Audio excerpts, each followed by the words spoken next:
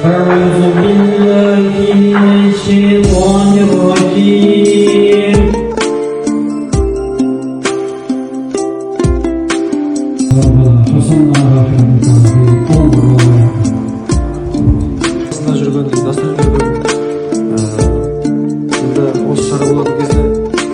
Жігіт осы жерге ауылымызға келіп, осы жерде халық, осы жерде тұрмыс құрып, бала-шағалы болып, немерелі болып, осы абыройлы болып, осы ең қажымыз осы жерде. Умар, Осман, Али сияқты Аллаға иман келтірген, шынайы тірек сүйеу бола білген сахабаларды Алла Тағала нәсіп етті. Сол сияқты қандай да бір елді мекенде иман болатын болса, оны халыққа көтеріп, демек сүйеу болмаса ол имамның мешітке, жамағатқа аянбай қызмет еткен қадірлі ағамыз Ерван имам туралы сөз сөйлеудеміз.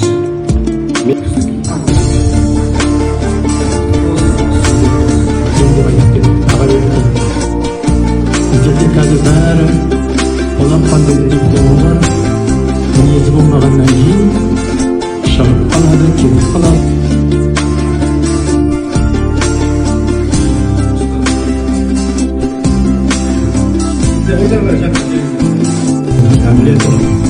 Осы Иран бауырымызбен анам жерлесіміздің екеуі қосақтарымен қосағаны жақсы сөз, жылы сөз, жақсы мінез, иманның белгісі деген осы біздің мерекеге лайық.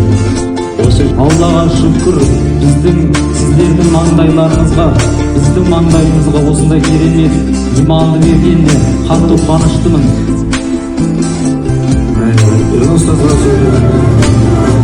Алпысбай, Дүйсенбай, Дүкенбайұлы, өзіңізге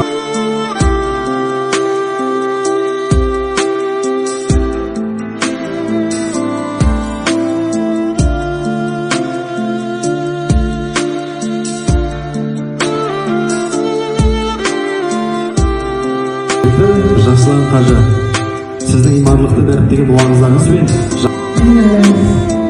саған да бір шапан жапқым келеді иығыңа, өйткені бұл жолда Алла шығарып тебе немістерге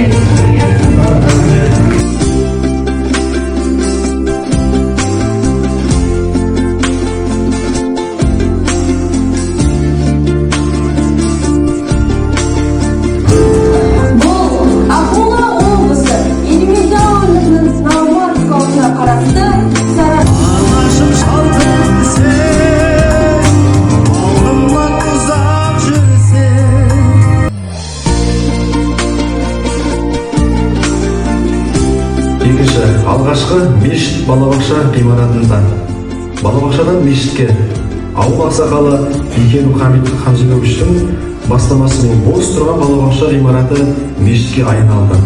Бұл қарапайым болса да ауылдың рухани өміріндегі ұлы бетбұрыс еді. Жұма намаздары, уағыздар, Құран оқулар алғаш рет осы жерде қайта жаңғырды. Ауылда имандылықтың шамы қайта жанды. Жаңа дәуірдің басталуы 1996 жылы ақсақалдар жас имамды елге шақырды. Осылайша 30 жасар Ерлан қажы ауылға келіп, жамағаттың рухани жетістігіне айналды. Жастарға тәлім беріп, үлкендерді бірлікке үндеп, ауылдың жаңа дәуірін бастады. Ауылдың әр түкпірінен адамдар мешітке жиі ағылып, жүректерге имандылық дәні себілді. Деген бас имамымыз болды, Ерейментау бас имамы. Оның Маулет айында тойлағанда кезінде Маулет айын білесіздер, талай Маулет айын тойлап едік. Санақ ағамыз отыр Маулет айында. Мына кісі Торғайдың ақсақалы, ол кісі бар әлі.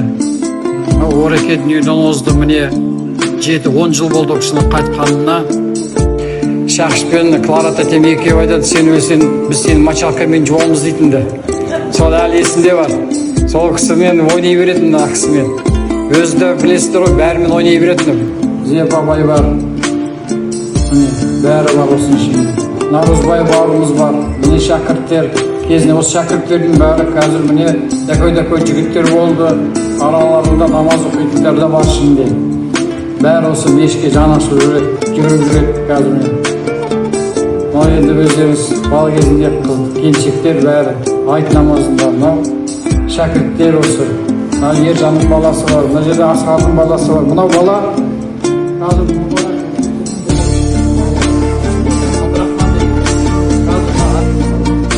мына жерде Төренің мамасы, білесіздер. Мына жерде ана апай да қайтыс болды. Көп адамдар осының ішінде. Мына жерде міне айт намазында. Міне өздері естеріңізді көріп жатсыздар, көріп жатсыздар осы жерде. Мына жерде ағамыз отыр. Мына балалар міне қазір дәкөй жігіттер болды. Шапақтар бар өздері. Мына жерде Қайырбек бар, ақсақал. Мына жерде Сүлпен аға бар. Енді өздеріңіз көріп жатсыздар, бәрі бар осының ішінде. Міне о да бір өткен не тарих қой. Бәріңіз еске алуға шығарсыздар осы жерде. Тәте бар. Иманның барлығы құлшылықта, иман сол қауымда сақташа алады деген. Сондықтан иманыңыз мықты болсын. Рахмет, аман болыңыздар.